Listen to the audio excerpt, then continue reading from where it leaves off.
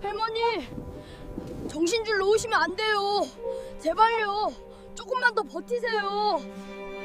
숨을 쉴 때마다 폐부까지 얼어붙는 그야말로 하얀 지옥이었습니다.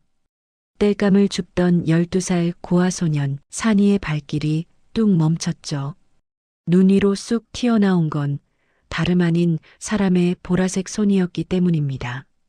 산이가 화들짝 놀라며 뒷걸음질 쳤습니다. 사람? 할머니, 정신 차려보세요. 손등은 이미 동상으로 검푸르게 변해 흉측했습니다. 하지만 그 손가락 끝만은 기이할 정도로 곱고 예리한 게 아니겠어요? 소녀는 자신의 목숨보다 귀한 땔감을 버리고 낯선 노인을 썰매에 태웠습니다. 과연 눈 속에 파묻힌 이 맹인 할머니의 정체는 도대체 무엇일까요? 그리고 아무것도 가진 것 없는 산이는 이 가여운 할머니를 무사히 지켜낼 수 있을까요? 이야기 시작 전 구독과 좋아요로 온기를 더해주세요. 어디서 듣고 계신지 댓글 남겨주시면 계신 그곳으로 건강과 평안의 기운을 가득 담아 보내드리겠습니다. 올해 겨울은 유난히도 혹독했습니다. 마치 하늘이 이 산골 마을을 통째로 얼려버리기로 작정한 것만 같았죠. 영하 30도에 육박하는 살인적인 추위는 12살 고아 소년 산이의 얇은 옷자락을 비웃듯 파고들지 않겠어요? 산이는 입술을 파르르 떨며 눈 덮인 산을 오르고 있었습니다. 토굴 같은 집의 냉기를 막으려면 죽은 나무라도 주어야 했으니까요. 앙상한 나뭇가지들이 마치 귀신 손가락처럼 얽혀있는 깊은 산속 산이는 자신의 몸보다 큰 썰매를 질질 끌며 거친 숨을 몰아쉬었습니다. 후, 조금만 더 가면 돼. 소년의 입에서 나온 하얀 입김은 공기 중에 흩어지기도 전에 얼음 가루가 되어 떨어질 것만 같았죠. 산이의 썰매에는 썩은 나무 토막 몇 개가 댕그러니 놓여 있을 뿐이었습니다. 이걸로는 오늘 밤을 버티기도 힘들 게 뻔했죠. 산이는 이를 악물고 더 깊은 골짜기로 발걸음을 옮겼습니다. 발목까지 푹푹 빠지는 눈길은 마치 늪처럼 소년의 발목을 잡아 끄는 것 같았어요. 그런데 갑자기 산이의 귀가 쫑긋 섰습니다. 휘몰아치는 칼바람 소리 사이로 아주 이질적인 소리가 섞여 들려오는 게 아니겠어요? 그르렁, 쌔, 그르렁. 마치 가래가 꽉 낀 짐승이 죽기 직전에 내뱉는 아주 미세하고 불길한 숨소리였습니다. 보통 사람이라면 바람소리에 묻혀 절대 듣지 못했을 겁니다. 하지만 산이는 달랐죠. 부모 없이 산속에서 혼자 자라며 바람소리와 짐승소리를 구분하는 것이 유일한 생존 본능이었으니까요. 산이는 홀린 듯 소리가 나는 쪽으로 다가갔습니다. 벼랑 끝, 눈이 수북하게 쌓인 바위 틈이었죠. 그곳을 들여다본 순간 산이는 허걱 하고 비명을 지르며 주저앉고 말았습니다. 눈 위로 쑥 튀어나온 건 짐승이 아니라 사람의 손이었던 것입니다. 그것도 핏기라곤 하나도 없이 보라색으로 변해버린 흉측한 손이 허공을 향해 뻗어 있지 않겠어요? 산이는 덜덜 떨리는 다리를 부여잡고 가까이 다가갔습니다. 눈을 헤치자 얇은 옷차림의 할머니 한 분이 웅크리고 있는 게 아니겠어요? 충격적이게도 할머니의 옆에는 반으로 뚝 부러진 지팡이가 뒹굴고 있었습니다. 아, 할머니. 정신 차려보세요. 산이가 어깨를 흔들자 할머니가 힘겹게 고개를 돌렸죠. 그런데 그 눈을 마주친 순간 산이는 다시 한번 얼어붙고 말았습니다. 할머니의 눈동자는 검은색이 하나도 없는 휑한 흰색이었기 때문입니다. 초점을 잃은 그 눈은 허공을 응시하며 꿈뻑거리고 있었죠. 앞이 보이지 않는 맹인이 지팡이마저 부러진 채 이 깊은 설산에 버려진 것이었습니다. 할머니의 입에서는 계속해서 그르렁거리는 쇠 긁는 소리가 났습니다. 이미 몸의 절반은 저승에 가 있는 상태였죠. 산이는 갈등했습니다. 자신도 당장 먹을 게 없어 굶어 죽을 판인데 거동도 못하는 맹인 노인을 구한다는 건 같이 죽자는 말이나 다름없었으니까요. 그냥 갈까? 아무도 못 봤잖아. 나도 살기 힘든데. 산이는 뒷걸음질을 쳤습니다. 그런데 눈 속에 파묻힌 할머니의 보라색 손이 자꾸만 눈에 밟히는 게 아니겠어요? 손마디가 굵고 거칠어진 그 손은 3년 전 열병으로 돌아가신 엄마의 손과 너무나 닮아 있었습니다. 제기랄, 제기랄. 산이는 결국 울먹이며 소리를 질렀죠.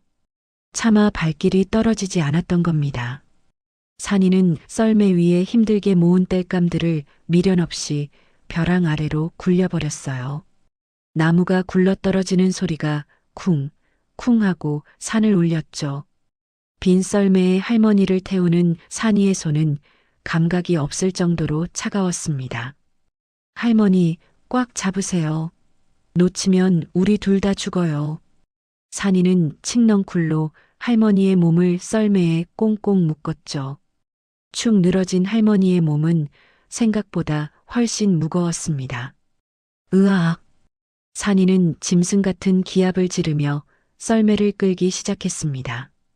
내려가는 길은 올라올 때보다 훨씬 위험했죠. 살을 애는 칼바람이 정면으로 얼굴을 때렸고 눈보라가 시야를 가려한 채 앞도 보이지 않았어요. 미끄러운 비탈길에서 몇 번이나 뒹굴고 날카로운 나뭇가지에 얼굴이 긁혀 피가 맺혔습니다. 하지만 산이는 썰매끈을 잡은 손을 절대 놓지 않았죠.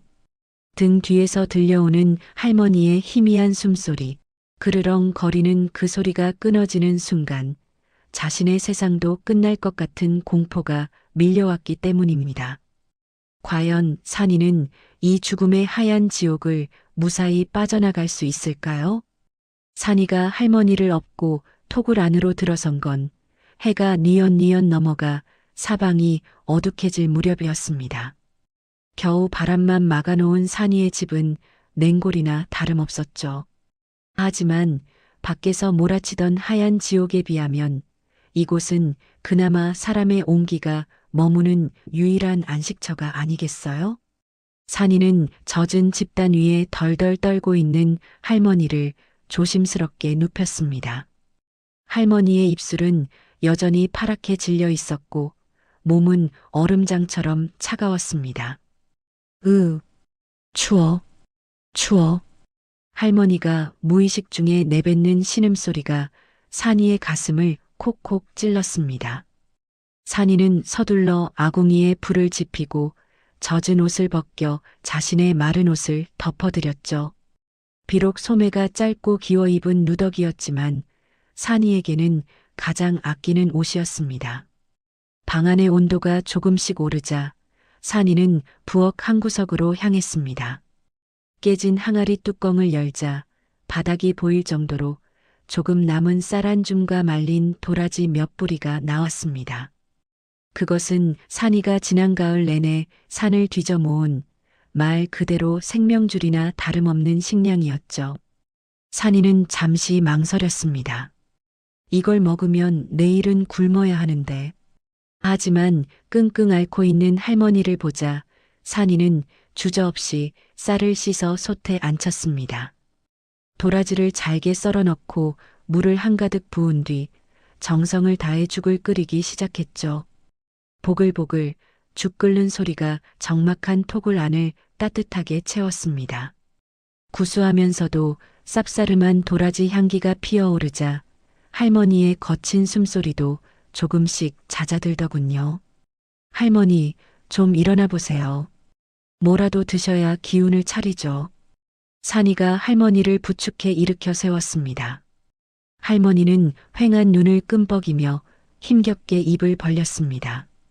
산이는 숟가락으로 묽은 죽을 떠서 입으로 호호 불었습니다. 뜨거운 김이 식기를 기다려 조심스럽게 할머니의 입가에 가져다 대었죠. 아, 해보세요. 뜨거우니 천천히요. 할머니는 아기 새처럼 입을 벌려 죽을 받아 먹었습니다. 변변한 반찬 하나 없는 맹물에 가까운 허연 죽이었습니다. 그런데 그 죽이 식도를 타고 넘어가는 순간 할머니의 몸이 미세하게 떨리는 게 아니겠어요?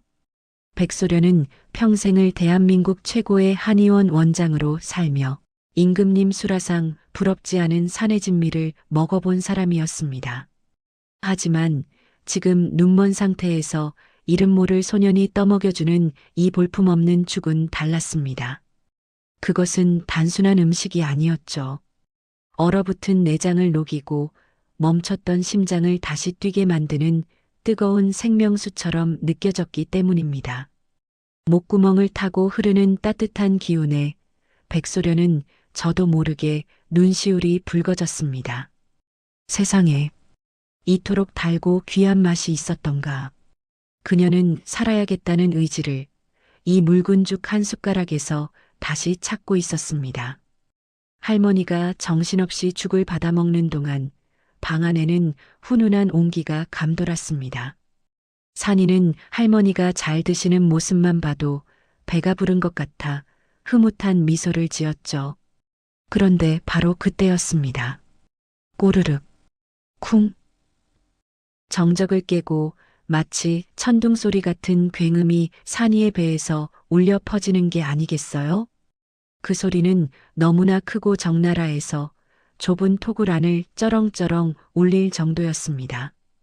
산이는 얼굴이 홍당무처럼 빨개져서 황급히 배를 움켜쥐었습니다. 아, 아니에요. 이거 제 배에서 난 소리 아니에요. 하지만 백소련의 숟가락질이 그 순간 딱 멈추고 말았습니다. 백소련은 보이지 않는 눈을 들어 소리가 난 쪽을 멍하니 응시했죠. 그녀의 심화는 소년의 배고픔을, 그 처절한 희생을 꿰뚫어 보고 있었던 겁니다. 자신을 살리기 위해 이 아이는 하나뿐인 끼니를 몽땅 털어넣은 것이 분명했습니다. 백소련의 감지 않은 눈에서 굵은 눈물방울이 툭 하고 떨어져 죽그릇에 파동을 일으켰습니다.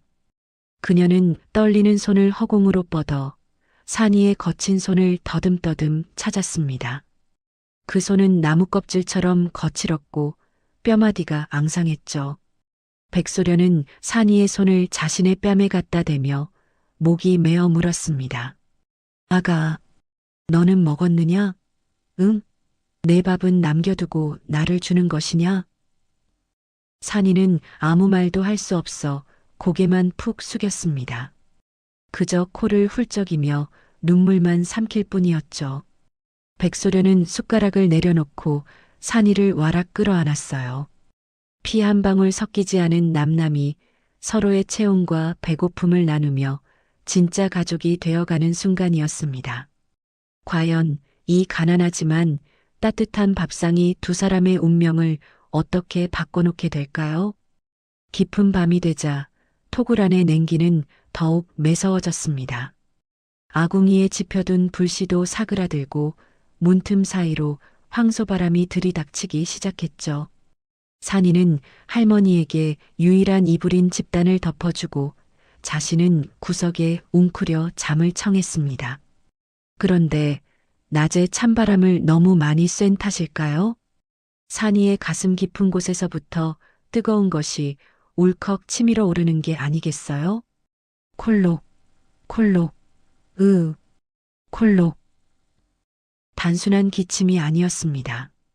마치 폐가 찢어지는 듯한 둔탁하고 깊은 기침 소리가 좁은 토굴 안을 가득 채웠습니다. 산이는 입을 틀어막았지만 터져나오는 기침을 막을 수는 없었죠. 그 소리에 잠든 줄 알았던 할머니가 부스스 몸을 일으켰습니다. 할머니는 허공을 향해 손을 휘저으며 다급하게 산이를 찾았습니다. 아가, 이리 와보거라. 숨소리가 예사롭지 않구나. 산이는 미안한 마음에 뒷걸음질을 쳤습니다. 괜찮아요, 할머니. 그냥 목이 좀 간지러워서 그래요. 하지만 할머니의 목소리는 단호했습니다. 어서 손을 내밀어. 이건 그냥 기침이 아니다. 할머니의 서슬 퍼런 기세에 눌려 산이는 쭈뼛쭈뼛 손목을 내밀 수밖에 없었죠.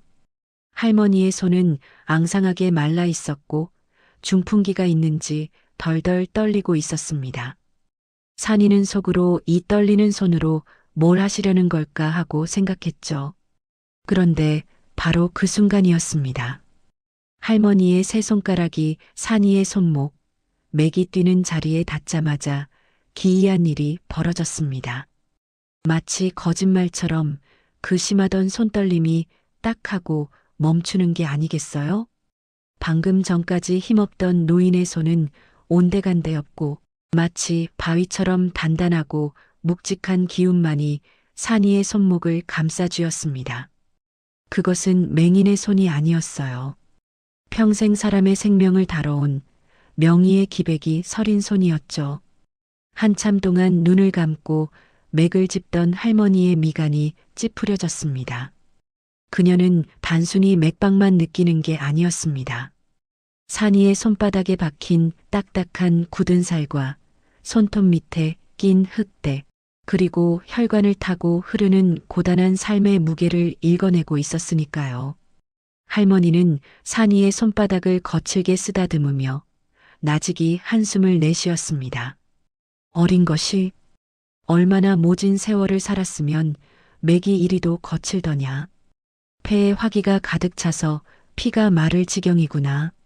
산이는 그 말 한마디에 울컥 눈물이 솟구쳤습니다. 아무도 알아주지 않았던 자신의 고통을 눈먼 할머니가 단번에 알아맞혔기 때문입니다.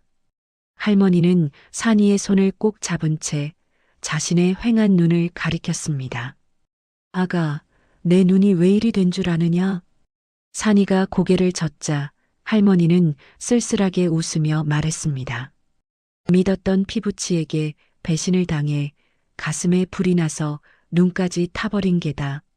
내 조카란 놈이 내 눈을 멀게 하고 나를 이 산속에 버렸지. 담담하게 말했지만 그 목소리에는 서리빨 같은 한이 서려 있었습니다. 할머니는 다시 산이 쪽으로 고개를 돌렸습니다.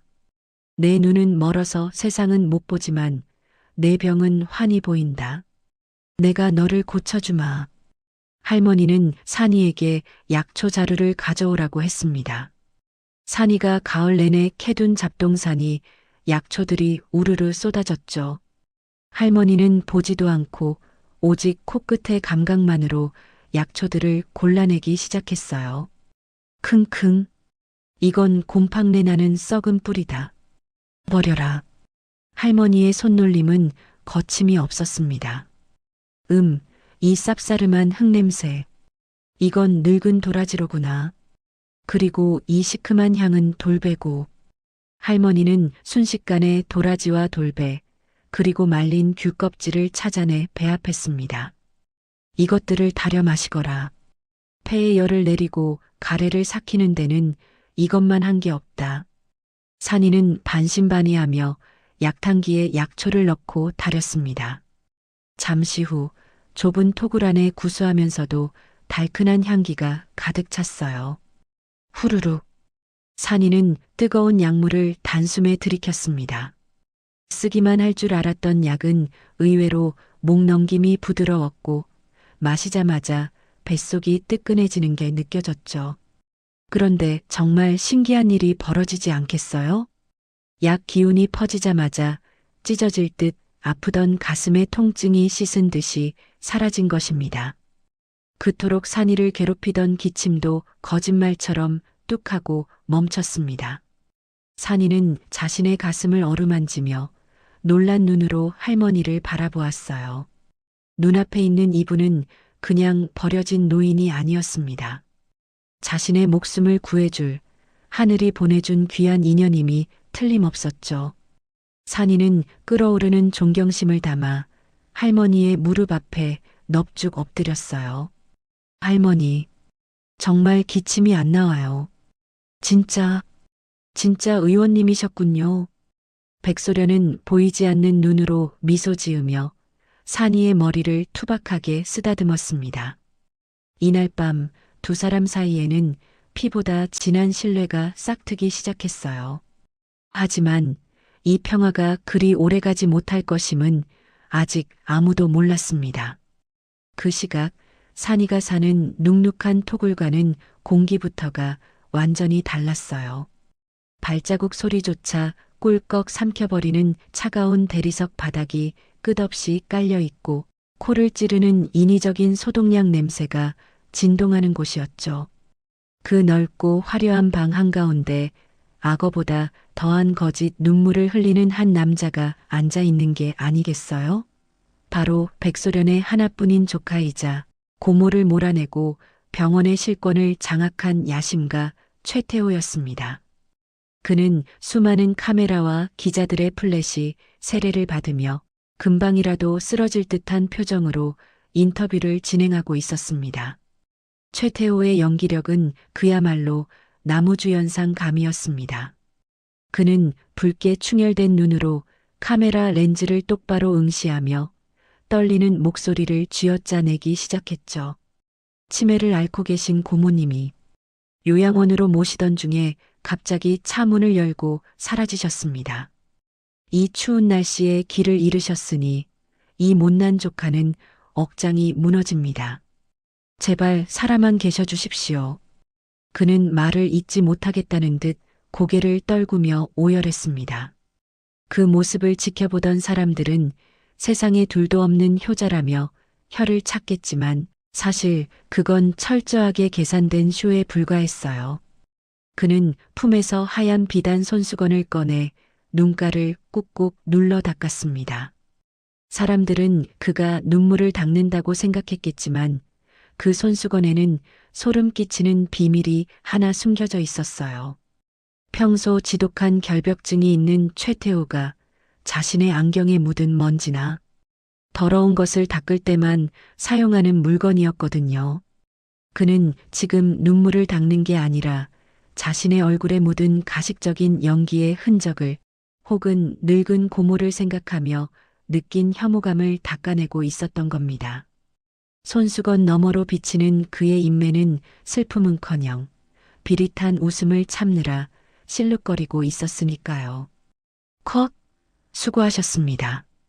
방송은 오늘 저녁 뉴스에 바로 나갈 겁니다.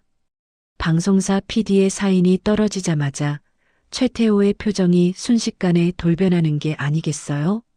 방금 전까지 슬픔에 잠겨 축 늘어져 있던 어깨가 마치 로봇처럼 꼿꼿하게 펴졌습니다.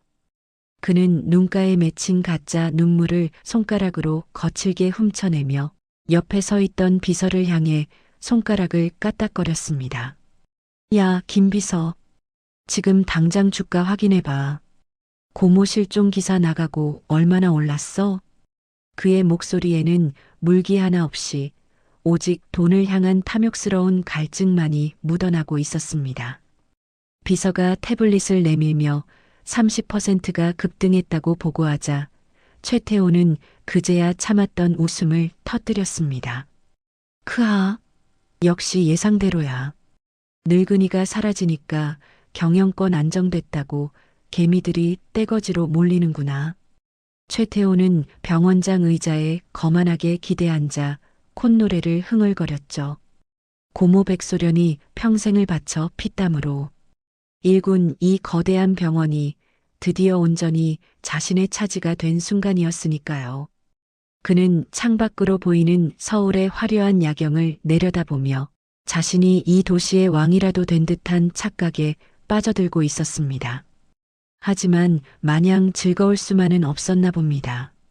아직 확실하게 처리되지 않은 찜찜함이 그의 마음 한구석을 갉아먹고 있었거든요. 시신을 직접 눈으로 확인하지 못했다는 불안감이었죠. 그는 책상 위에 놓인 고급 볼펜을 집어들더니 습관적으로 누르기 시작했습니다. 딱딱, 딱딱. 고요한 병원장실에 볼펜심이 들락거리는 소리가 날카롭게 울려 퍼졌어요. 그것은 최태호가 초조하거나 불안할 때마다 튀어나오는 그만의 지독하고 신경질적인 버릇이었습니다. 그는 자신의 불안을 잠재우기 위해 점점 더 빠르게 볼펜을 눌러댔습니다. 최태호는 스스로에게 최면을 걸고 있었죠. 산속에 버린 지 벌써 사흘째야. 이 살인적인 추위에 늙은이가 살아있을 리가 없어. 절대 불가능해. 그는 비서에게 차갑게 명령했습니다. 김 비서, 장례식 준비해. 시신 못 찾아도 실종 신고하고 바로 진행한다. 하지만 그는 꿈에도 몰랐죠. 죽은 줄 알았던 고모가 지금 막 눈을 뜨고 있다는 사실을 말입니다. 어느덧 살을 애는 듯한 칼바람이 잦아들고 얼어붙었던 계곡물 소리가 졸졸 들려오기 시작했습니다. 하얀 지옥 같았던 설산에도 기어이 봄은 찾아오고 있었죠. 산이와 백소련이 머무는 좁은 토굴 앞에도 파릇파릇한 새싹이 돋아났습니다. 겨우내 산이의 정성 어린 간호와 할머니의 의술 덕분에 두 사람은 혹독한 추위를 이겨내고 기적처럼 살아남을 수 있었어요. 몸을 추스른 백소련은 따스한 봄볕이 드는 양지바른 바위에 앉아 산이를 불렀습니다. 산아, 이제부터 내가 너에게 아주 특별한 것을 가르쳐 주마. 그것은 글을 읽고 쓰는 법이 아니었습니다. 바로 보이지 않는 것을 보는 법, 세상의 소리를 구별하는 법이었죠. 백소련의 수업 방식은 아주 독특하고 혹독했습니다. 그녀는 앞이 보이지 않으면서도 산이에게 끊임없이 질문을 던졌거든요. 산아, 저기 서 있는 소나무 껍질을 자세히 보고 내게 말해보거라. 산이는 대수롭지 않게 대답했습니다. 그냥 갈색인데요? 거칠거칠하고요. 그러자 할머니의 불호령이 떨어지는 게 아니겠어요? 틀렸다. 다시 보거라. 그냥 갈색은 없다. 붉은빛이 도느냐, 검은빛이 도느냐, 껍질이 거북이 등처럼 갈라졌느냐, 아니면 뱀 허물처럼 벗겨지느냐. 산이는 그제야 소나무 껍질에 코가 닿을 정도로 가까이 다가가 관찰했습니다. 놀랍게도 자세히 들여다본 나무는 그냥 갈색이 아니라 붉은 기운이 감도는 흑갈색이었고 껍질 사이사이에는 송진이 굳어 반짝이고 있었죠. 붉은색이 돌고 껍질이 깊게 패어 있어요. 사이사이에 노란 송진도 껴있고요. 산이가 소리치자 백소련은 그제야 고개를 끄덕였습니다. 그래, 바로 그것이다. 사람의 몸도 나무와 같다. 그냥 아프다는 없다. 얼굴이 누렇게 떴는지, 검게 죽었는지, 핏기가 없이 하얀지. 내가 나의 눈이 되어 아주 미세한 것까지 읽어내야 한다. 그날부터 산이는 할머니의 눈이 되었습니다. 구름의 모양, 흙의 색깔, 지나가는 사람의 걸음걸이까지. 산이가 입으로 생생하게 묘사하면 할머니는 머릿속으로 그 형상을 그려내고 진단을 내리는 시기였죠. 청각 훈련은 더욱 신비로웠습니다. 할머니는 산이를 데리고 숲속에 앉아 지나가는 바람 소리와 새 소리를 듣게 했어요. 잘 듣거라. 사람의 숨소리에는 오장육부의 상태가 다 들어있다. 할머니는 직접 쇳소리를 내거나 물 끓는 소리를 흉내내며 산이에게 차이를 가르쳤습니다. 자, 이 소리는 쇠를 긁는 소리 같으냐? 아니면 가래가 끓는 소리 같으냐? 말은 장작이 타는 소리 같아요. 그렇지. 그건 폐에 물기가 말라버렸다는 신호다. 그럴 땐 맹문동을 써야 해. 산이는 점점 소리의 미세한 차이를 구분하는 귀를 갖게 되었습니다. 할머니의 뇌 속에 있는 방대한 의학 지식이 산이의 감각을 통해 현실로 나오는 순간이었죠. 어느 날 오후 산이는 토굴 주변에 무성하게 자란 풀들을 뽑고 있었습니다. 할머니, 여기 잡초가 너무 많아서 다 뽑아버려야겠어요. 발 디딜 틈도 없네. 산이가 투덜거리며 풀 한 웅큼을 쥐어 뜯으려는데 할머니가 다급하게 손을 저었습니다. 멈춰라.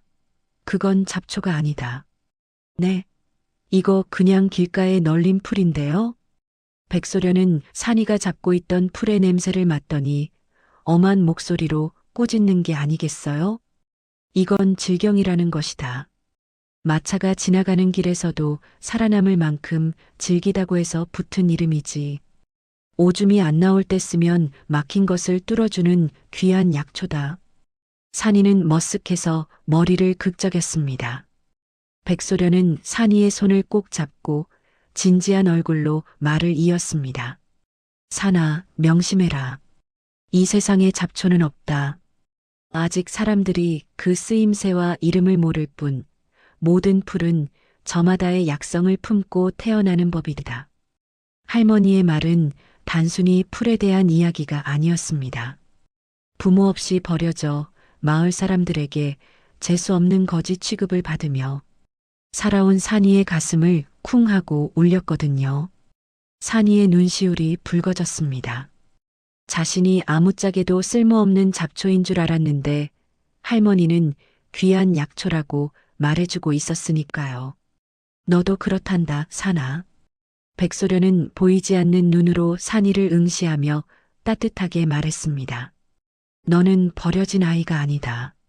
하늘이 나를 살리기 위해 숨겨둔 세상에서 가장 귀한 약초다. 내가 없었다면 나는 진작 이 산에서 얼어 죽었을 게다. 그 말을 들은 산이는 참았던 눈물을 터뜨리며 할머니 품에 안겼습니다. 그날 이후 산이의 눈빛은 달라졌습니다. 더 이상 주눅든 고아 소년의 눈이 아니었죠. 세상의 모든 생명을 귀하게 여기고 병든 자를 살리겠다는 의원이 되겠다는 단단한 심지가 그 눈동자에 자리 잡게 되었습니다. 시간은 흘러 산이의 실력은 일취월장했습니다. 이제는 할머니가 묻기도 전에 환자의 안색과 냄새를 정확히 묘사하고 할머니의 떨리는 손을 잡아 정확한 혈자리에 침을 댈 수 있게 되었죠. 두 사람은 마치 한 몸처럼 움직이는 완벽한 하나의 의원이 되어가고 있었습니다. 하지만 산속에서의 평화로운 수련도 이제 끝이 다가오고 있었나 봅니다. 아랫마을에서부터 심상치 않은 소문이 바람을 타고 올라오고 있었거든요. 아랫마을에 원인 모를 병이 돌아서 사람들이 픽픽 쓰러진대. 과연 세상 밖으로 나갈 준비를 마친 두 사람 앞에 어떤 시련이 기다리고 있을까요? 평화롭던 봄날의 산골 마을에 갑작스러운 비명이 울려 퍼지기 시작했습니다. 며칠 전 마을 잔치에서 나눠 먹은 떡이 문제였는지 아니면 우물에 독이 풀린 건지 멀쩡하던 사람들이 하나둘 배를 부여잡고 쓰러지기 시작한 겁니다. 아이고 배야, 창자가 끊어지는 것 같아. 사람 살려. 마을 곳곳에서 신음소리가 진동했고 아이들은 고열에 시달리며 헛소리를 해댔죠. 의원도 없는 시골 마을이라 사람들은 그저 발만 동동 구르며 죽어가는 가족을 지켜볼 수밖에 없는 처참한 상황이었습니다. 이 소식을 들은 산이는 헐레벌떡 토굴로 뛰어 올라가 백소련에게 알렸습니다. 할머니, 큰일 났어요. 아랫마을 사람들이 배가 아프다고 난리가 났어요. 백소련은 산이의 설명을 듣자마자 침착하게 코를 킁킁거리며 공기 중의 냄새를 맡았습니다. 바람결에 쉰내가 섞여 있구나. 이건 식중독이다. 급히 곽향정 기산을 써야 해. 할머니는 보이지 않는 손으로 약장 서랍을 더듬어 곽향, 소엽, 진피 같은 약재들을 한 줌씩 꺼내 주었습니다. 산이는 할머니의 지시에 따라 약탕기에 불을 지피고 정성을 다해 약을 달였죠. 시커멓게 우러난 약물에서는 코를 찌르는 독특한 향기가 났습니다. 산아, 이걸 들고 내려가거라. 한 사람당 한 사발씩 먹이면 금방 가라앉을 게다. 산이는 뜨거운 약탕기를 솜니불로 꽁꽁 쌈의 품에 안고 마을을 향해 내달리기 시작했습니다. 사람들을 살릴 수 있다는 생각에 산이의 심장은 터질 듯이 뛰고 있었죠. 하지만 마을 입구에 도착한 산이를 반겨주는 건 사람들의 환대가 아니었습니다. 오히려 싸늘하다 못해 살기가 느껴지는 눈빛들이 쏟아지는 게 아니겠어요? 저거 봐. 재수없는 고아놈이 또 기어 내려왔어. 마을 이장이 낫을 들고 앞을 가로막으며 소리쳤습니다. 이놈, 내 놈이 산속에 숨어 살면서 우물에 독이라도 탄 거 아니냐? 그렇지 않고서야 어떻게 이렇게 때맞춰 약을 들고 와? 산이는 너무 억울해서 말문이 막혔습니다. 아니에요. 할머니가 지어주신 약이에요. 이거 먹으면 다 나아요. 산이가 울먹이며 약탕기를 내밀었지만 사람들은 뒷걸음질 치며 코를 막았습니다. 저리 치워. 거지놈이 만든 더러운 걸 어떻게 먹어? 썩 꺼지지 못해. 그때 누군가 부엌에서 하얀 가루가 든 바가지를 들고 나왔습니다. 바로 굵은 소금이었습니다.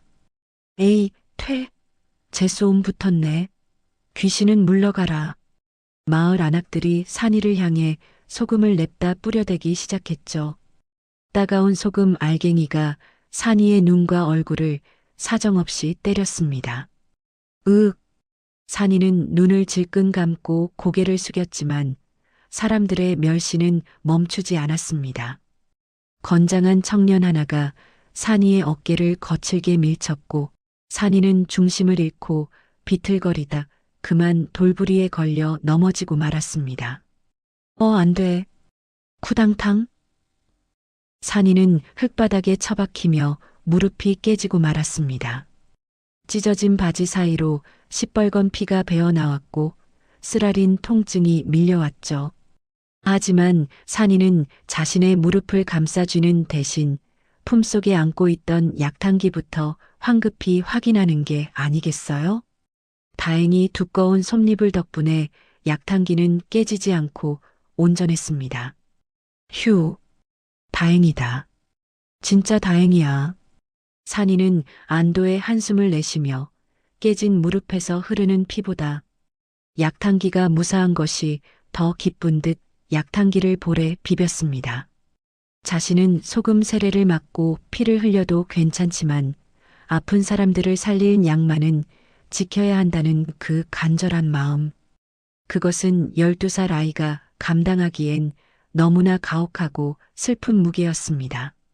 산이는 절뚝거리며 마을 구석진 곳에 있는 허름한 집으로 향했습니다. 그곳에는 며칠째 복통으로 죽어가던 갓난아기와 엄마가 있었거든요. 산이는 담벼락 너머로 조심스럽게 약사발을 내밀었습니다. 아주머니, 제발 이거 한 번만 먹여보세요. 저를 욕해도 좋은데 아기는 살려야죠. 아기 엄마는 산이의 엉망이 된 몰골과 그 눈에 담긴 진심을 보았습니다. 지푸라기라도 잡는 심정으로 그녀는 떨리는 손으로 약사발을 받아 아기에게 먹였죠. 그리고 잠시 후 기적 같은 일이 벌어졌습니다. 파랗게 질려 숨이 넘어가던 아기가 끄어 하고 트림을 하더니 뱃속에 있던 나쁜 것들을 시원하게 개워내고는 편안히 잠든 게 아니겠어요? 소문은 삽시간에 퍼져나갔습니다. 그 산속 맹인 할매가 지어준 약을 먹고 뒷집 아이가 살아났대. 뭐, 그게 정말이야? 사람들은 반신반의하면서도 하나둘씩 토구를 향해 절뚝거리며 올라오기 시작했습니다. 산이와 백소련은 쫓아내기는커녕 찾아오는 환자들을 밤새 정성껏 돌보았죠. 결국 며칠 만에 마을의 병은 깨끗이 낫게 되었습니다. 사람들은 산이에게 소금을 뿌렸던 것을 부끄러워하며 쌀과 반찬을 싸들고 와서 고개를 숙였습니다. 우리가 미안하다, 산아. 정말 고맙다. 하지만 이 훈훈한 소문은 바람을 타고 결코 들어가서는 안 될 곳까지 흘러들어가고 말았습니다. 강원도 산골에 죽은 사람도 살려내는 맹인 명의가 있다던데? 이 소문이 서울에 있는 악마 최태호의 귀에 들어가는 건 시간 문제였으니까요.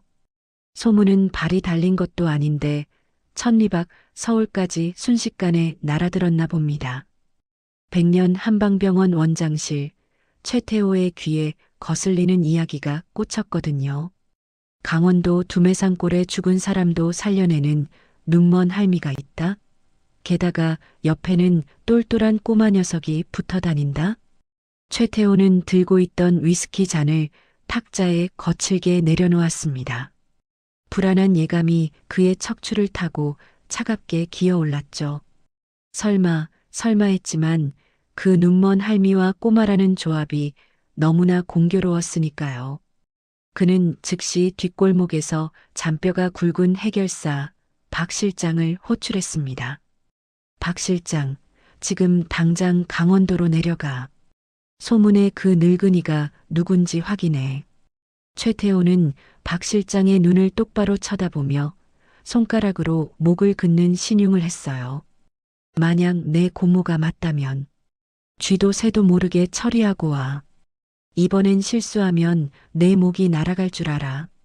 그날 밤 강원도 산골에는 장대비가 억수같이 쏟아지고 있었습니다. 산이와 백소련이 머무는 토굴 밖으로 묵직한 군화 발자국 소리가 저벅저벅 다가왔죠. 빗소리에 묻혀 잘 들리지 않았지만 예민한 산이의 귀에는 낯선 인기척이 포착되었습니다. 할머니, 밖에 누가 온 것 같아요. 산이가 겁에 질려 속삭이자 백소련은 산이의 입을 틀어막으며 불을 껐습니다. 쉿! 숨소리도 내지 마라. 놈들이 냄새를 맡고 온 게야. 두 사람은 어둠 속에서 서로의 손을 꼭 잡고 숨을 죽였습니다. 하지만 잠시 후 낡은 문짝이 쾅 하고 부서지며 검은 우비를 입은 거구의 사내가 들이닥치는 게 아니겠어요? 번쩍 사내의 손에 들린 손전등 불빛이 좁은 토굴 안을 휘젓고 다녔습니다. 강렬한 빛이 구석에 웅크리고 있던 두 사람의 얼굴을 비췄죠. 박 실장은 비릿한 웃음을 흘리며 천천히 다가왔습니다. 어이쿠, 여기 계셨네? 대한민국 최고의 명의가 이런 돼지우리 같은 곳에 숨어 계실 줄이야. 그는 흙투성이가 된 군화발로 백소련의 무릎을 툭툭 쳤습니다. 어이 할망구, 고개 좀 들어봐. 얼굴 좀 보자고. 산이는 온몸을 던져 할머니 앞을 가로막았습니다. 우리 할머니 건드리지 마요. 누구세요? 하지만 박 실장은 산이의 멱살을 잡아 한 손으로 들어 올리더니 벽으로 거칠게 내동댕이 쳤습니다. 크어! 산이가 바닥에 구르며 신음소리를 냈습니다. 그 순간 웅크리고 있던 백소련이 고개를 들었죠. 그런데 그녀의 모습은 우리가 알던 기품 있는 명의가 아니었습니다. 머리는 산발을 해서 귀신처럼 풀어 헤쳐져 있었고 입가에는 침까지 질질 흘리고 있는 게 아니겠어요? 백소련은 초점 없는 눈으로 박 실장의 바짓가랑이를 붙잡고 매달렸습니다. 밥 줘. 배고파. 밥 내놔. 히히. 그녀는 완벽하게 미쳐버린 치매 노인을 연기하고 있었습니다. 아니, 연기라기보다는 살기 위한 처절한 발악에 가까웠죠. 박 실장은 당황한 듯 뒷걸음질을 쳤습니다. 뭐야? 이 미친 할망구는 설마 병원장이 찾던 그 고고한 양반이 이 꼴이라고? 박 실장은 더러운 것이라도 묻은 양발을 털어내려 했습니다. 하지만 백소련은 끈질기게 매달리며 밥 타령을 멈추지 않았어요. 내 밥 내놔. 의해해. 짜증이 머리끝까지 난 박 실장은 욕설을 내뱉으며 발을 높이 치켜들었습니다. 에이씨, 이 노망난 늙은이가 진짜. 그의 무자비한 군화발이 백소련의 명치를 향해 날아들려는 찰나였죠. 옆에 쓰러져 있던 산이가 비명을 질렀습니다. 할머니, 안 돼. 산이는 엉금엉금 기어서 할머니를 감싸 안으려 했습니다. 그러자 박 실장의 표적이 산이로 바뀌었어요. 이 조그만 새끼가 어디서 끼어들어? 그는 방향을 틀어 산이의 머리통을 향해 발길질을 시작했습니다. 바로 그 0.1초의 짧은 순간 백소련의 손이 번개처럼 움직였습니다. 그녀는 본능적으로 옆에 있던 지팡이를 들어 산이에게 날아오는 군화발을 막아내려 했죠. 안 된다. 산이를 다치게 할 순 없다. 맹인이라곤 믿기지 않는 무림 고수와도 같은 정확하고 날카로운 동작이었습니다. 지팡이 끝이 박 실장의 정강이 급소를 정확히 노리고 들어갔습니다. 하지만 지팡이가 가격하기 직전 백소련의 손이 허공에서 딱 하고 멈췄습니다. 만약 여기서 무공을 보인다면 자신이 백소련임을 들키게 되고 산이까지 죽게 된다는 걸 깨달았기 때문이죠. 그녀는 입술을 깨물며 지팡이를 힘없이 툭 떨어뜨렸어요. 다행히 박 실장은 백소련의 그 기이한 움직임을 눈치채지 못했습니다. 그저 미친 노인이 허우적대는 것으로만 보였으니까요. 그는 산이의 옆구리를 살짝 스치는 발길질을 끝으로 퇴하고 침을 뱉었습니다. 에이, 재수 없어. 그냥 미친 거지들이잖아. 원장님이 너무 예민하셨네. 박 실장은 더 볼 것도 없다는 듯 몸을 돌려 밖으로 나갔습니다. 야, 가자. 술이나 마시러 가. 냄새나서 못 있겠네. 멀어지는 발자국 소리와 함께 빗소리만이 다시 토구를 채웠습니다. 사내가 완전히 사라진 것을 확인한 뒤에야 백소련은 풀려있던 눈동자에 힘을 주었습니다. 하지만 그녀의 온몸은 사시나무 떨듯 격렬하게 떨리고 있었죠. 추위 때문이 아니었습니다. 자신의 정체가 탄로 날 뻔했다는 공포, 그리고 하마터면 산이를 지키지 못할 뻔했다는 죄책감이 밀려왔기 때문입니다. 산이는 아픈 몸을 일으켜 할머니의 그 떨리는 손을 두 손으로 꽉 잡았습니다. 할머니, 괜찮아요? 갔어요. 그 나쁜 놈들 갔어요. 백소련은 산이를 와락 끌어안으며 참았던 숨을 토해냈습니다. 산아, 이제 이곳도 안전하지 않다. 놈들이 냄새를 맡았어. 어둠 속에서 두 사람의 눈빛이 얽혔습니다. 이제는 숨바꼭질을 끝내고 세상 밖으로 나가 정면 승부를 해야 할 때가 온 것입니다. 그날 밤 박 실장이 사라지자마자 백소련과 산이는 짐을 챙겨 산을 내려왔습니다. 더 이상 토굴에 있다가는 쥐도 새도 모르게 당할 게 뻔했으니까요. 두 사람은 지난번 산이가 살려낸 악인의 집으로 피신했습니다. 그런데 그 집 마루에 놓인 낡은 텔레비전에서 긴급 뉴스가 흘러나오는 게 아니겠어요? 재계 서열 1위 강 회장 위독. 100년 한방병원으로 이송됐으나 의식불명. 뉴스를 듣던 백소련이 지팡이를 툭 떨어뜨리며 비틀거렸습니다. 강 회장? 그 양반이 왜 내 병원에 있단 말이냐? 알고 보니 강 회장은 30년 전 백소련이 가난한 환자들을 돌볼 때 병원 부지를 아무 조건 없이 내어준 생명의 은인이었던 겁니다. 산아, 서울로 가자. 저 양반이 죽으면 내 병원도 내 억울함도 다 끝장이다. 놈들이 손쓰기 전에 내가 살려야 해. 하지만 가진 것이라곤 산이의 튼튼한 다리뿐 서울 갈 차비조차 없었죠. 그때 산이에게 은혜를 입었던 마을 사람들이 십시일반 쌈짓돈을 모아 쥐어주는 게 아니겠어요? 산아, 이 돈으로 버스 타고 가라. 할머니 꼭 지켜드리고. 두 사람은 마을 사람들의 트럭을 얻어 타고 읍내로 나가 덜컹거리는 밤버스에 몸을 실었습니다. 꼬박 5시간을 달려 도착한 서울의 새벽 공기는 차갑고 매캐했죠. 백소련은 곧장 병원 뒷문으로 향했습니다. 할머니, 경비가 너무 삼엄해요. 못 들어가요. 산이가 걱정하자 백소련은 익숙한 손놀림으로 직원 전용 철문을 탁, 탁, 탁 두드렸습니다. 잠시 후 졸린 눈을 비비며 나온 사람은 청소반장 김 씨였어요.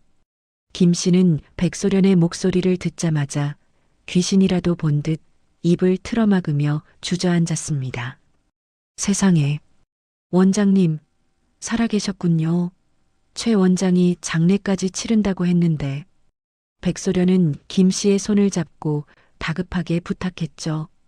김 반장, 지금 강 회장 있는 층으로 가야 해. 우리를 도와다오. 김 씨는 눈물을 훔치며 자신의 라커룸에서 여분의 청소복과 마스터키를 꺼내 주었습니다. 이걸 입으세요. 지금 회장님 층은 보안이 심해서 청소하러 왔다고 해야 의심을 안 받을 겁니다. 그 시각 백년 한방병원의 VIP 병동만큼은 초상집처럼 무거운 침묵에 잠겨 있었습니다.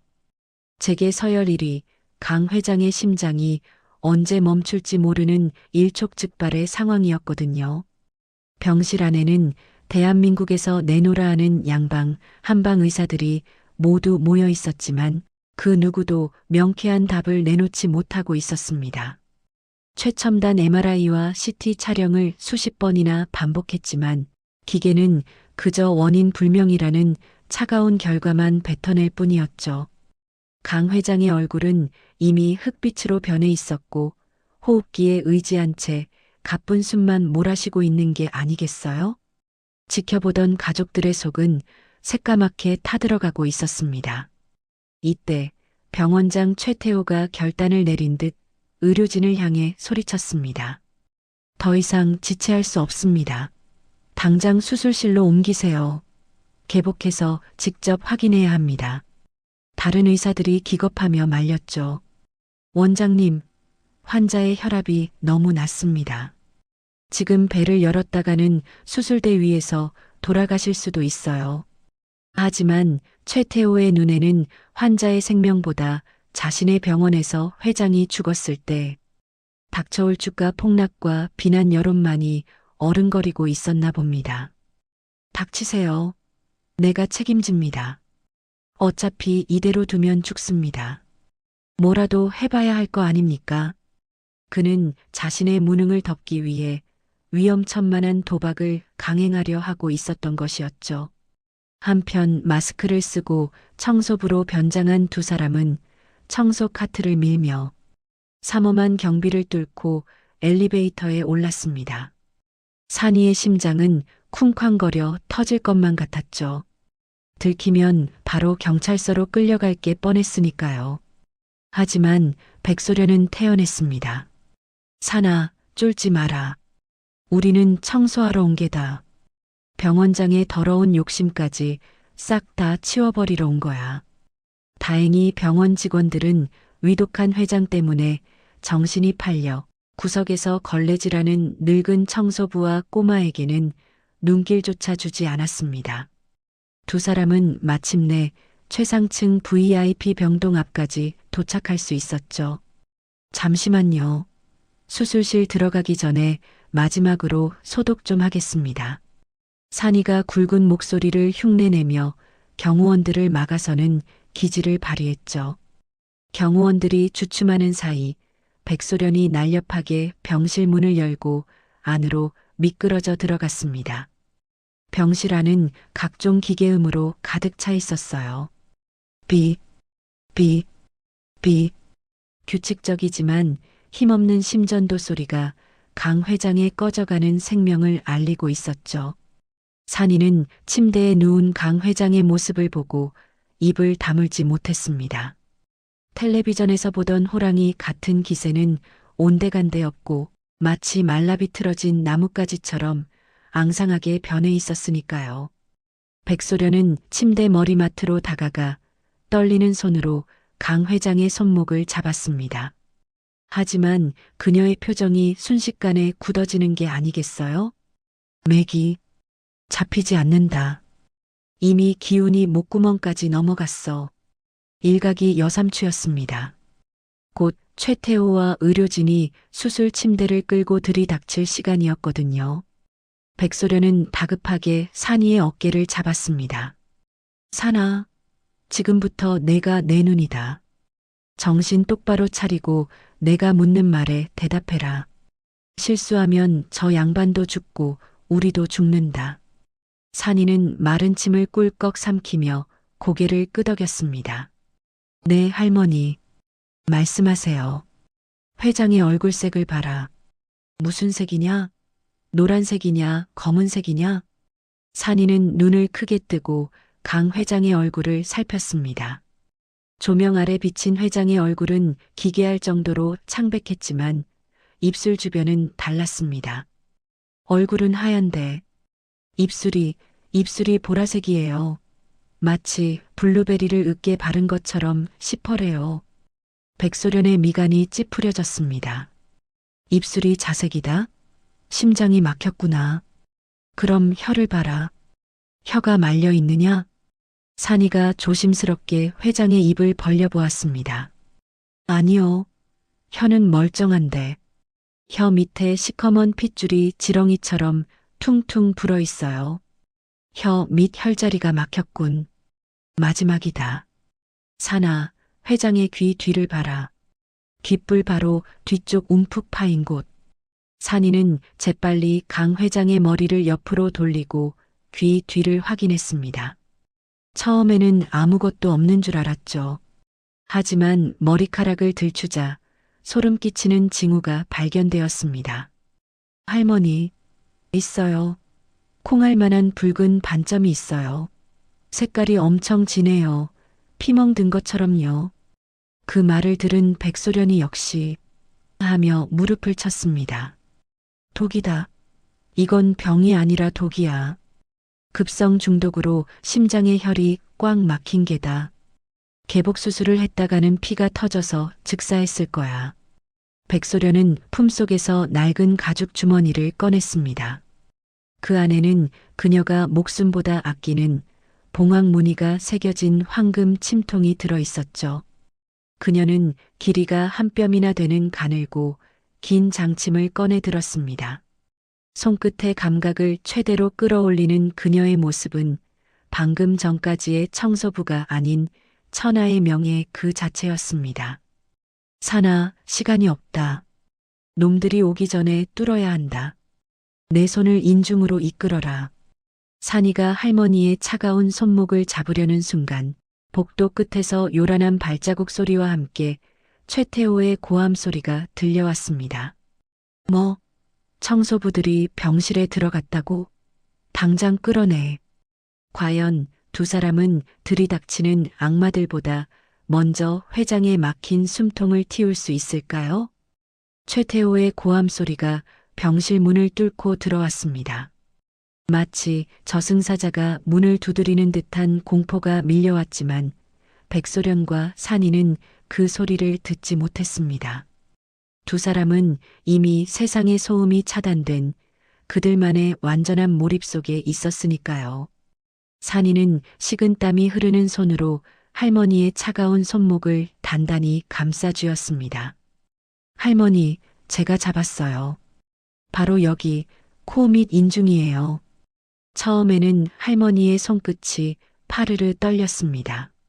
실패하면 은인도 죽고 자신들도 죽는다는 압박감 때문이었겠죠. 하지만 산이의 따뜻하고 작은 손이 닿는 순간 기적처럼 그 떨림이 딱 하고 멈추는 게 아니겠어요? 마치 두 사람의 생명이 하나로 연결된 듯 백소련의 손은 돌덩이처럼 단단하게 고정되었습니다. 흡. 백소련은 단전에서부터 기를 끌어올려 숨을 멈췄습니다. 그리고 산이가 이끄는 대로 망설임 없이 장침을 내리꽂았습니다. 푹. 살을 뚫고 들어가는 둔탁한 소리가 정적을 갈랐습니다. 보통 의사라면 감히 엄두도 못 낼 깊이까지 침이 들어갔지만 백소련의 손길에는 한치의 오차도 없었죠. 그녀는 곧바로 두 번째 침을 꺼내 이번에는 정수리 한가운데인 백회혈에 꽂았습니다. 산이는 그 과정을 지켜보며 숨조차 쉴 수 없었습니다. 강 회장의 몸이 침을 맞은 충격으로 펄쩍 튀어올랐다가 축 늘어졌기 때문입니다. 순간 병실 안에는 무시무시한 정막만이 감돌았습니다. 규칙적으로 울리던 심전도 기계 소리마저 멈춘 것 같았어요. 1초, 2초, 3초. 연것 같은 시간이 흐르고 산이의 눈동자가 흔들리기 시작했습니다. 설마 돌아가신 건가? 바로 그때였어요. 축 늘어져 있던 강 회장의 가슴이 크게 들썩이더니 목구멍에서 짐승이 울부짖는 듯한 소리가 터져 나왔습니다. 크어. 그것은 삶과 죽음의 경계에서 터져 나오는 처절한 비명이었죠. 동시에 강 회장의 입에서 시커먼 액체가 분수처럼 뿜어져 나오는 게 아니겠어요? 그것은 평범한 피가 아니었습니다. 심장을 막고 있던 도끼, 그리고 몸속에서 썩어가던 죽은 피, 바로 어혈이었습니다. 마치 갯벌 진흙처럼 끈적하고 검붉은 핏덩어리가 한 바가지나 쏟아져 나와 하얀 환자복을 적셨습니다. 병실 안은 순식간에 비릿하고 역한 냄새로 진동했죠. 하지만 산이와 백소련의 얼굴에는 환희가 번졌습니다. 그 역한 냄새야말로 죽음이 몸 밖으로 빠져나갔다는 증거였으니까요. 놀라운 변화는 그 다음부터였습니다. 검은 피를 모두 토해낸 강 회장이 헉 하며 거친 숨을 몰아쉬기 시작했습니다. 그러자 보라색으로 죽어있던 입술에 거짓말처럼 붉은 핏기가 돌기 시작하는 게 아니겠어요? 창백하다 못해 투명했던 얼굴에도 분홍빛 생기가 번져갔죠. 꽉 막혀있던 댐이 터지듯 멈췄던 기혈이 온몸으로 힘차게 뻗어나가는 것이 눈에 보일 정도였죠. 심전도 기계도 다시 춤을 추기 시작했습니다. 삐. 아까보다 훨씬 힘차고 규칙적인 살아있는 심장 박동 소리였습니다. 살았다. 할머니, 회장님이 숨을 쉬어요. 얼굴이 빨개졌어요. 산이가 기쁨에 겨워 소리치며 백소련을 끌어안았습니다. 백소련 역시 다리에 힘이 풀려 주저앉으면서도 얼굴에는 승리자의 미소를 띠고 있었죠. 그녀는 떨리는 손으로 강 회장의 손목을 다시 잡았습니다. 그래, 맥이 돌아왔어. 펄떡거리는 것이 마치 청년의 심장 같구나. 최첨단 기계도 수십 명의 의사들도 못 해낸 일을 눈먼 노파와 어린 소년이 낡은 침 하나로 해낸 순간이었습니다. 바로 그때 쾅 하는 굉음과 함께 잠겨있던 병실 문이 부서져라 열렸습니다. 보안 요원들을 대동한 최태호가 씩씩거리며 들이닥친 것이었죠. 그는 병실 바닥에 흥건한 검은 피와 쓰러진 두 사람을 보고 상황을 오해한 듯 눈을 뒤집으며 고래고래 소리를 질렀습니다. 이 미친 것들이 감히 내 병원에서 무슨 짓을 한 거야. 당장 끌어내. 최태호는 자신의 눈앞에 벌어진 기적을 보지 못했습니다. 오직 바닥에 쏟아진 피만 보고 두 사람이 회장을 해쳤다고 생각한 것이었죠.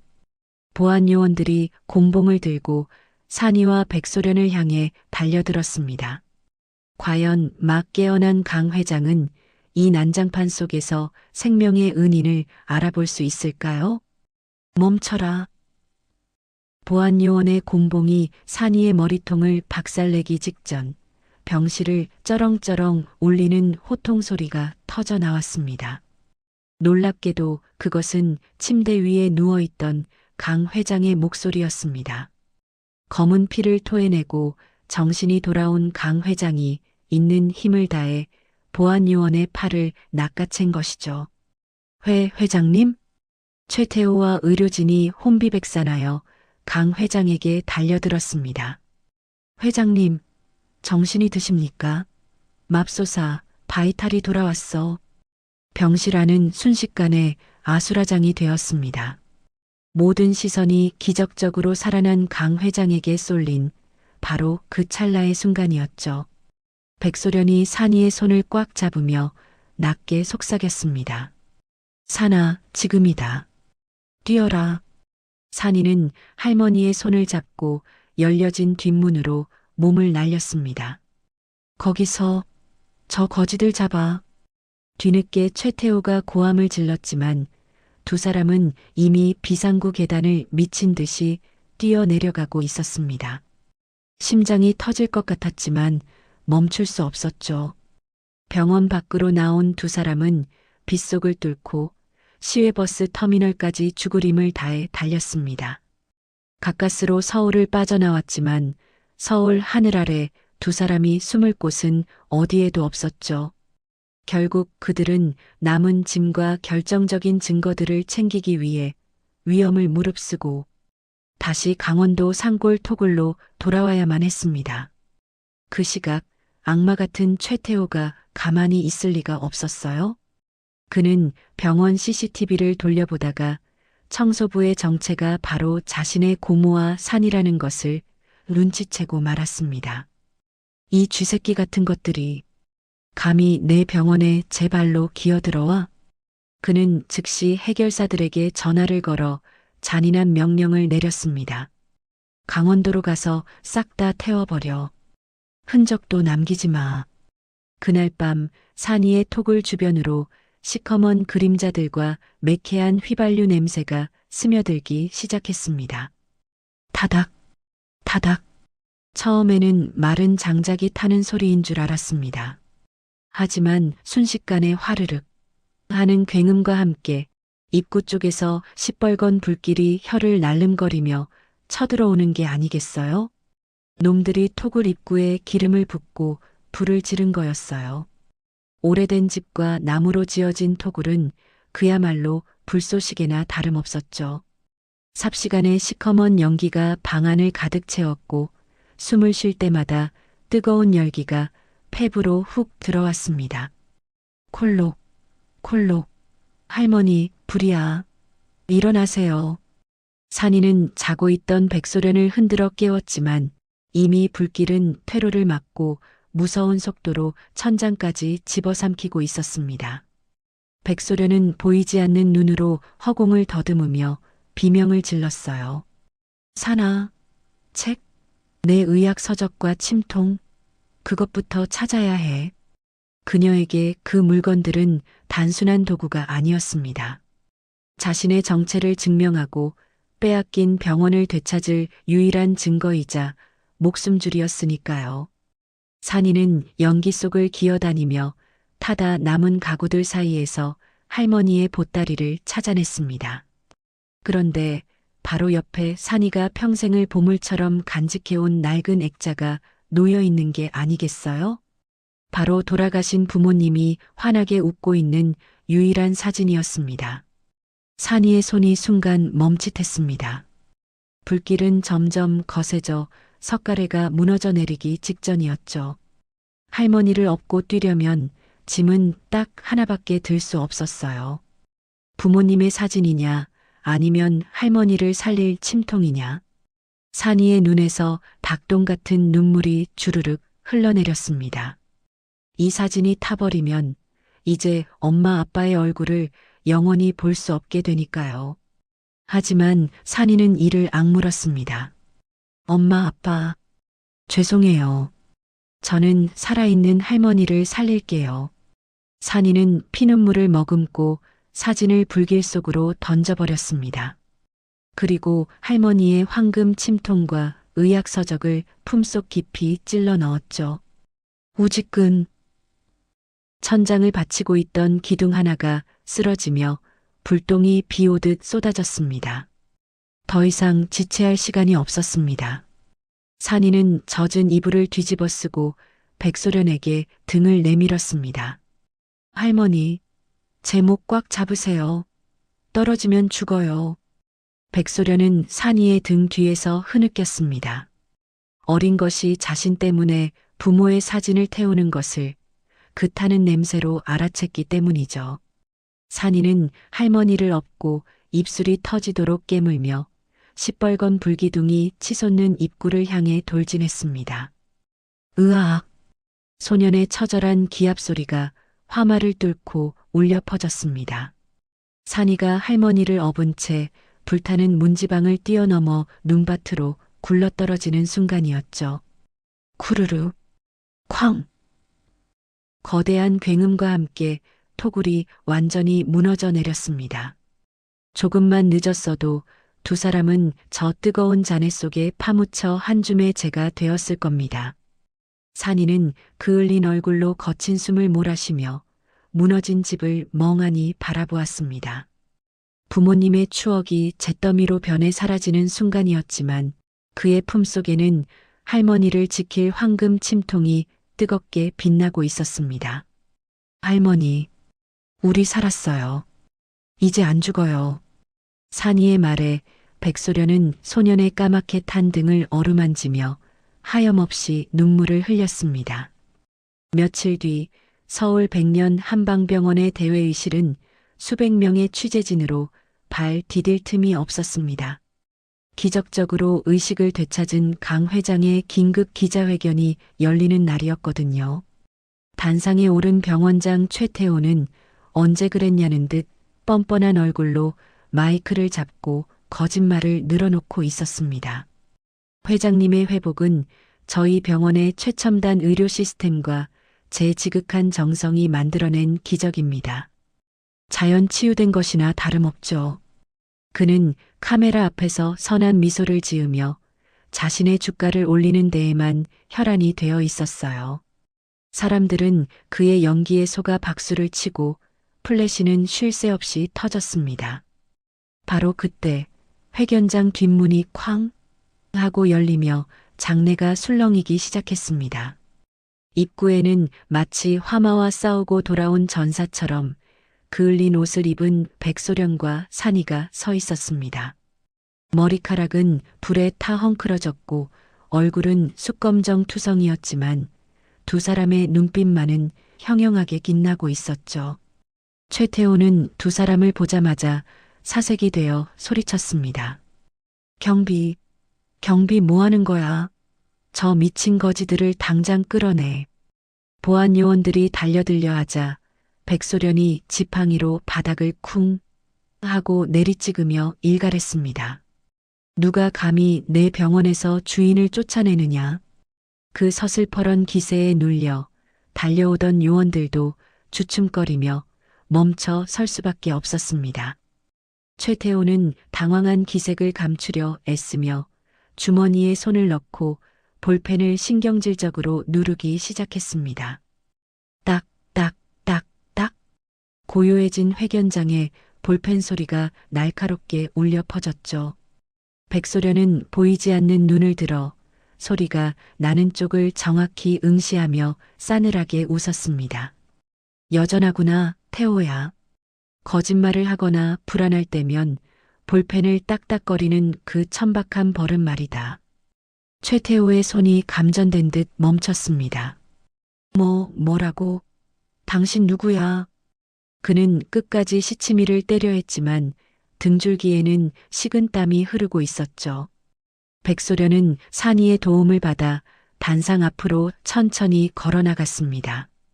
그리고 품속에서 불길 속에서도 지켜낸 반짝이는 물건 하나를 꺼내 높이 들어 올렸습니다. 조명을 받아 찬란하게 빛나는 그것은 병원 설립자만이 가질 수 있는 봉황, 무늬가 새겨진 황금 침통이었습니다. 이것이 내가 백소련이라는 증거다. 내 놈이 가짜 치매 진단서를 꾸며 산속에 버리고 죽이려 했던 진짜 병원장이다. 기자들의 카메라가 일제히 백소련과 황금 침통을 향해 터졌습니다. 세상에, 저 침통은 전설 속의 명의만 쓴다는 그거잖아. 여기저기서 탄식과 수군거림이 터져나왔습니다. 궁지에 몰린 최태호는 악을 쓰며 발악했습니다. 거짓말이야. 저 늙은이가 훔친 거야. 저 여자는 미쳤어. 치매 환자라고. 그때 침묵을 지키던 강 회장이 휠체어에서 벌떡 일어났습니다. 그는 성큼성큼 걸어와 최태호의 뺨을 짝 하고 후려갈겼습니다. 회견장이 떠나갈 듯한 마찰음과 함께 최태호가 바닥으로 나뒹굴었죠. 강 회장은 쩌렁쩌렁한 목소리로 외쳤습니다. 닥쳐라. 내 목숨을 살린 건 내 놈의 그 비싼 기계 덩어리가 아니라 이분의 낡은 침 하나였다. 강 회장은 넘어진 최태호를 내려다보며 과거 최태호가 고모를 무시하며 했던 말을 그대로 돌려주었습니다. 내 놈이 그랬지? 사람의 기가 어찌 기계를 이기겠냐고? 천만의 말씀이다. 강 회장의 말은 비수가 되어 최태호의 가슴에 꽂혔습니다. 차가운 기계 덩어리가 짚어내지 못한 생명을 이분의 따뜻한 손끝이 살려냈다. 내 놈은 의사가 아니라 돈에 미친 장사치일 뿐이야. 그것은 최태호의 인생 전체를 부정하는 사형 선고나 다름없었습니다. 동시에 회견장 밖에서 사이렌 소리가 울리고 경찰들이 들이닥쳤습니다. 최태호 씨 존속 살해 미수 및 방화교사, 횡령 혐의로 체포합니다. 수갑이 채워지는 순간 최태호의 눈동자가 뒤집혔습니다. 분노와 충격을 이기지 못한 그의 혈압이 머리끝까지 치솟은 겁니다. 이거나. 내가 누군지 알아. 으악. 그는 뒷목을 잡으며 괴성을 지르더니 거품을 물고 바닥으로 쓰러져 버렸죠. 아이러니하게도 평생 남의 병을 이용해 돈을 벌던 그가 그토록 무시하던 중풍으로 쓰러지게 된 것이었죠. 어라, 원장님 쓰러지셨다. 구급차 불러. 하지만 그를 진심으로 걱정하는 사람은 아무도 없었습니다. 들것에 실려나가는 최태호의 처참한 몰골을 보며 백소련과 산이는 비로소 길었던 싸움의 끝을 확인했습니다. 모든 것이 제자리로 돌아오는 순간이었어요. 악마는 자신의 업보에 짓눌려 파멸했고 진실은 불길 속에서도 살아남아 빛을 발했으니까요. 산이는 할머니의 손을 꼭 잡고 활짝 웃었습니다. 할머니, 우리가 이겼어요. 이제 진짜 집에 갈 수 있어요. 백소련은 산이의 머리를 쓰다듬으며 눈물을 훔쳤습니다. 하지만 이것이 끝이 아니었죠. 산이에게는 아직 의사가 되기 위한 더 큰 세상이 기다리고 있었으니까요. 과연 소년명의 산이의 앞날에는 어떤 이야기가 펼쳐질까요? 그로부터 수년의 세월이 흘러 강산도 변한다는 시간이 지났습니다.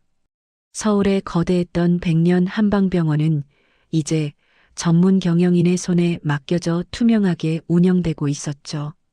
두 사람은 병원의 화려한 원장실 대신 공기 맑고 물 좋은 시골 마을에 작은 기와집을 짓고 백산의원이라는 현판을 걸었습니다. 백소련의 성과 산이의 이름을 딴 돈이 없어도 누구나 와서 아픈 몸을 기댈 수 있는 무료 진료소였죠. 이곳은 새벽부터 약탕기 끓는 구수한 냄새와 사람들의 웃음소리가 끊이지 않았습니다. 이제 훌쩍 자라 의젓한 청년이 된 산이는 눈먼 할머니의 손과 발이 되어 세상에서 가장 따뜻한 의술을 펼치고 있었어요. 어느 날 산이는 왕진 가방을 챙겨 조금 특별한 곳으로 향했습니다. 바로 철창이 쳐진 교도소의 병동이었죠. 그곳에는 과거의 영화는 온데간데 없이 반신불수가 되어 휠체어에 구겨져 있는 죄수번호 204번 최태호가 있었습니다. 그는 욕심이 부른 중풍으로 몸의 절반이 마비되어 말조차 제대로 하지 못하는 처참한 몰골이었죠. 산이는 아무 말 없이 최태호의 굳어버린 손을 잡고 침을 놓기 시작했습니다. 원망이나 복수심은 이미 산이의 눈에 없었어요.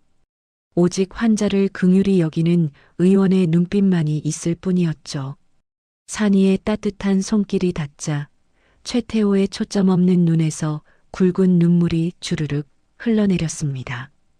그것은 뒤늦게 찾아온 뼈아픈 후회이자 산이에게 건네는 무언의 사죄였어요.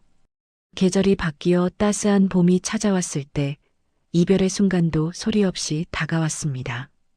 백소련은 자신의 때를 직감한 듯 가장 아끼는 고운 한복을 입고 산이의 무릎을 베고 누웠습니다. 산아, 이제 내가 세상의 눈이 되어라. 가난하고 아픈 이들을 외면하지 말고 그들의 막힌 숨통을 틔워주는 참된 의원이 되어야 한다. 할머니의 목소리는 촛불처럼 가늘게 떨리고 있었습니다. 산이는 할머니의 주름진 손을 자신의 뺨에 비비며 흐느꼈습니다. 네, 할머니. 명심할게요. 제 걱정 마시고 편히 쉬세요. 백소련은 보이지 않는 눈으로 산이의 얼굴을 더듬으며 마지막 힘을 다해 미소 지었습니다. 고맙다. 너를 만나 내 남은 생은 암흑이 아니라 눈부신 빛이었다. 그 말을 끝으로 천하의 명예 백소련은 산이의 품에서 평온하게 눈을 감았습니다. 장례를 치르고 난 뒤 산이는 텅 빈 마루에 홀로 앉아 있었습니다. 그의 손에는 할머니가 유품으로 남긴 손때 묻은 봉황무늬 황금 침통이 들려 있었죠. 이제 그 침통의 무게는 오롯이 산이가 짊어져야 할 몫이 되었습니다. 산이는 침통을 가슴에 품고 할머니가 그랬던 것처럼 먼 산을 바라보았죠. 할머니, 거기서는 두 눈 크게 뜨고 잘 보고 계시죠? 제가 얼마나 잘하는지 꼭 지켜보셔야 해요. 산이가 허공을 향해 말을 건네자 처마 끝에 달려있던 풍경이 바람에 흔들리며 딸랑하고 맑은 소리를 내는 게 아니겠어요? 마치 하늘에 계신 할머니가 그래, 믿는다 내 새끼 라고 대답해 주는 것만 같았습니다. 산이의 입가에 옅은 미소가 번졌어요. 차가운 눈밭에서 시작된 두 사람의 인연은 이렇게 따뜻한 봄날의 햇살처럼 세상에 깊은 온기를 남기고 막을 내렸습니다. 여러분, 지금 여러분의 곁에도 산이처럼 혹은 백소련처럼 서로에게 빛이 되어주는 귀한 인연이 있나요? 바쁘다는 핑계로 그 소중함을 잊고 살지는 않았는지요. 오늘 그분께 따뜻한 안부 전화 한 통 걸어보는 건 어떨까요? 당신 덕분에 내 삶이 빛났다라고 말이죠. 지금까지 가슴 따뜻한 이야기를 전해드리는 달봄 사연이었습니다. 청취해주신 여러분, 감사합니다.